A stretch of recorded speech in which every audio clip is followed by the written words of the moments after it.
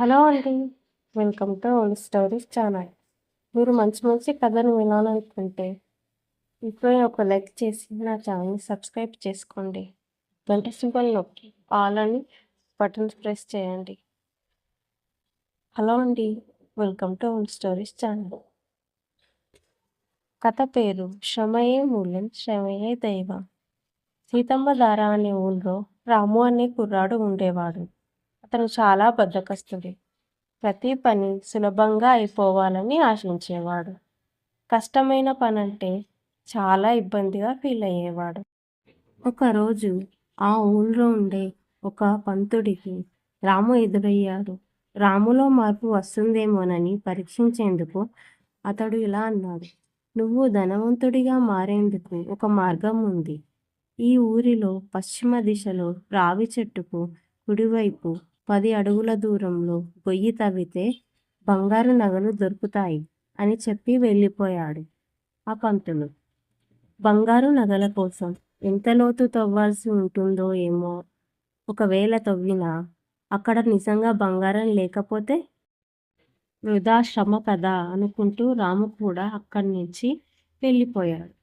ప్రతి పనిని రాము ఇలాగే ఏదో ఒక సాకు చెప్పి తప్పించుకునేవాడు. కొంతకాలానికి ఆ ఊళ్ళో కరువు వచ్చింది. తాగేందుకు నీరు లేక పశువులు, ప్రజలు చాలా ఇబ్బంది పడాల్సి వచ్చింది. బావి తవ్వుదామని ఎంతమంది ప్రయత్నించినా చుక్క నీరు కూడా పడలేదు. ఆ సమయంలో రాముకు హఠాత్తుగా పండితుడు చెప్పిన మాటలు గుర్తుకొచ్చాయి. పండితుడు చెప్పినట్లుగా బంగారు నగలు గనక దొరికితే వాటిని తీసుకెళ్ళి ఎక్కడైనా సరే హాయిగా బ్రతికేయొచ్చు అని మనసులో అనుకున్నాడు రాము. వెంటనే ఒక పలుగు పార తీసుకొని ఈశాన్య దిశలో రావి చెట్టు దగ్గర తవ్వడం మొదలుపెట్టాడు. ఎంత తవ్వినా నగల జాడ కనిపించలేదు. అయినా ఈ కరువు నుంచి తప్పించుకోవాలంటే డబ్బు అవసరం కాబట్టి ఎలాగైనా సరే వాటిని చేజిక్కించుకోవాలనుకున్నాడు. విశ్రాంతి లేకుండా తవ్వుతూనే ఉన్నాడు. 3 రోజులు గడిచాయి. 4వ రోజు ఉదయాన్నే రాము కాళ్ళకి నీటి చెమ్మ తగిలింది.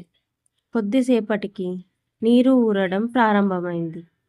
రాము గబగబా గుంటలో నుంచి పైకి వచ్చేశాడు.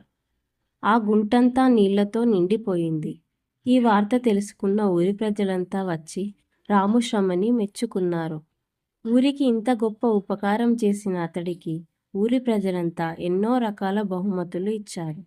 శ్రమ పడితే అందరి ప్రశంసలతో పాటు విలువైన బహుమతులు కూడా వస్తాయని గ్రహించిన రాము ఆ రోజు నుంచి కష్టపడి పని చేయడం ప్రారంభించాడు.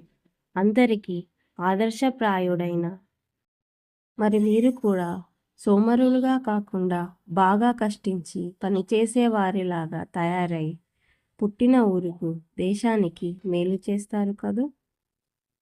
హలో ఫ్రెండ్స్, నా కథ మీకు నచ్చినట్లయితే లైక్ చేయండి, షేర్ చేయండి, సబ్స్క్రైబ్ చేయండి ఫ్రెండ్స్.